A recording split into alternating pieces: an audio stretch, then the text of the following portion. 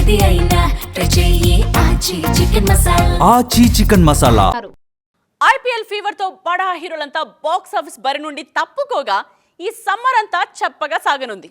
అందుకే రాబోయే 50 రోజులు మాత్రం టాలీవుడ్ కు చాలా కీలకంగా మారాయి.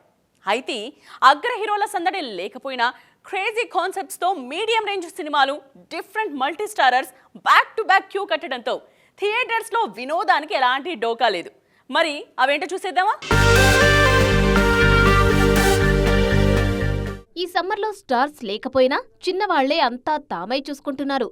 ఏప్రిల్ 10న అడవిశేషు డికాయిడ్, ప్రదీప్ రంగనాథన్ ఎల్ఐకే సినిమాలు రానున్నాయి. ఇక ఏప్రిల్ 17న నాగశౌర్య బ్యాడ్ బాయ్ కార్తిక్తో పాటు కిరణ్ అబ్బవరం నిర్మిస్తున్న తిమ్మరాజుపల్లి టీవీ, తిరువీర్ హీరోగా నటిస్తున్న పాపం ప్రతాప్ సినిమాలు బాక్సాఫీస్ బరిలో దిగుతున్నాయి.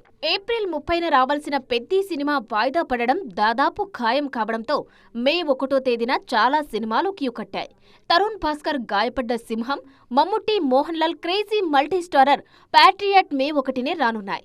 ఇక Sai Pallavi Bollywood debut movie Ek Din Telugu version, Riteish Deshmukh Raja Shivaji కూడా అదే రోజున రాబోతున్నాయి. మే 8వ తేదీన కమెడియన్ సత్య హీరోగా మైత్రి మూవీ మేకర్స్ నిర్మాణంలో రితేష్ రాణా తెరకెక్కిస్తున్న జెట్లీ రాబోతుంది.